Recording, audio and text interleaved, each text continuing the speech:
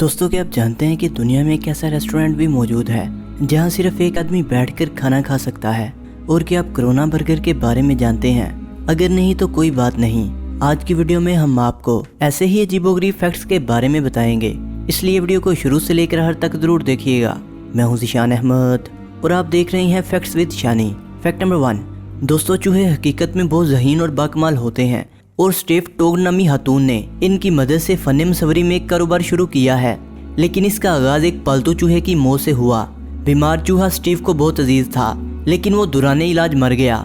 मरने से कबल खातून ने इसके पंजों को रंगों में डुबोकर इनके नकूश एक कागज पर उतार लिए। इसके बाद इन्हें ख्याल आया कि ये काम जिंदा चूहों से भी लिया जा सकता है। इसके बाद इन्होंने छोटे छोटे कनूस तैयार किए और चूहों के पैरों को रंगों में डुबोकर इन्हें मसवरी के नकूश छापने की तरबियत दी। इसके बाद चूहों ने धड़ाधड़ रंग बिरंगे शाहकार तख्लीक किए। अब दीगर वेबसाइट पर चूहों के बनाए हुए शाहकार तेजी से फरोख्त हो रहे हैं, लेकिन इन्हें जानवरों के तैयार करदा शाहकार करार दिए जा रहे हैं। इनके पास 12 मुसव्वर चूहों की एक फौज है, लेकिन पहले वो इन्हें पालतू और दोस्त समझती हैं और इसके बाद इन्हें मुसव्वर करार देती हैं। स्टीव कहती हैं कि बाज़ चूहे अब महारत में बहुत आगे बढ़ गए हैं और इन्हें पेंटर कहा जा सकता है।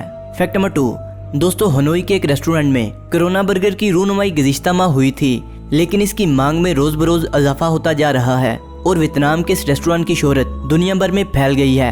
अब दीगर ममालिक में भी कोरोना बर्गर तैयार किए जा रहे हैं, लेकिन सबसे पहले वियतनाम के रेस्टोरेंट के शेफ ने कोरोना वायरस के हूबहू शक्ल का बर्गर तैयार किया था। रेस्टोरेंट के मालिक का कहना है कि कोरोना बर्गर खाकर आप इस मुहलक वायरस के मर्ज में मुब्तला नहीं होंगे। अलबत्ता आपको ये याद रहेगा कि कोरोना से कैसे बचना है। रेस्टोरेंट के मालिक काम के दौरान भी कोरोना की शक्ल की तरह की टोपी पहने होते हैं। फैक्ट नंबर 3, दोस्तों, दुनिया भर में कोरोना की वजह से एक इंसान दूसरे से दूर भाग रहा है, लेकिन अब स्वीडन में दुनिया का सबसे छोटा रेस्टोरेंट खोला गया है।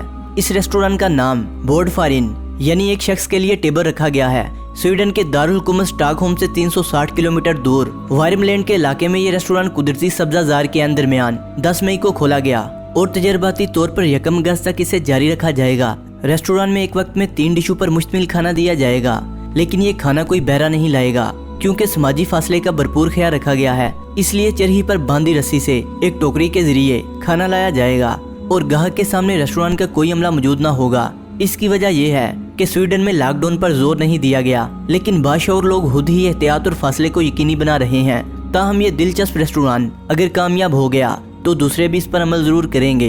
फैक्ट नंबर 4, दोस्तों, मोइन 2 साल की उम्र में इस वक्त अपने वालिद से बिछड़ गया था जब नर्सरी स्कूल से वापसी पर इसके वालिद पानी लेने के लिए रुके थे।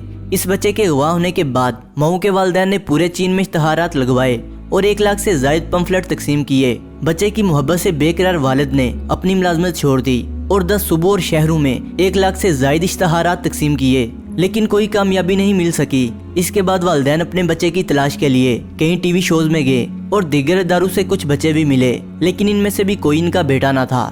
इस तरह कुल 29 बच्चे अपने वालिदैन से मिले, लेकिन अब तक इनका बच्चा नहीं मिल सका था। 2007 में इन्होंने गुमशुदा बच्चों के वालिदैन की तंजीम में शमूलियत की। इस ग्रुप का नाम बेबी कम बैक होम था। इस साल अप्रैल में पुलिस ने सचवान सूबे से एक 34 साल शख्स का सुराग लगाया, जिसके DNA टेस्ट लिए गए कि आया वो अपने असल वालिदैन मोजीन जिंग और लाई जिंग जाई की औलाद है या नहीं। ये DNA टेस्ट दुरुस्त साबित हुआ। अब इस बच्चे का नाम मोइन से गोंकिंग है, जो घरों की सजावट का काम करता है। पुलिस ने आखिर इस लड़के को पहचाना कैसे? पुलिस ने इस अमल में मसनूई ज़हानत से काम लिया और बच्चे की कई तस्वीर को सॉफ्टवेयर के जरिए मुख्तलिफ उम्रों के दरमियान मुमकिना चेहरों के साथ देखा।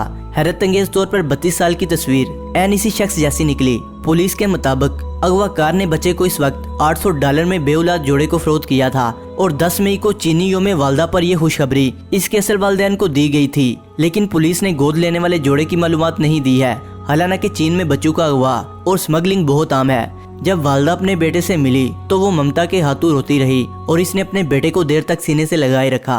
फैक्ट नंबर 5, दोस्तों, ज़माना माजी में कबूतर चिट्ठी की तरसील का बेहतरीन जरिया होने के बाइस आशिकों का महबूब परिंदा हुआ करता था। अब जमाना बदल गया है, तो क्यों ना कबूतरों में कुछ ऐसी तब्दीली लाई जाए जो हैरान कुन भी हो और खुशनुमा भी।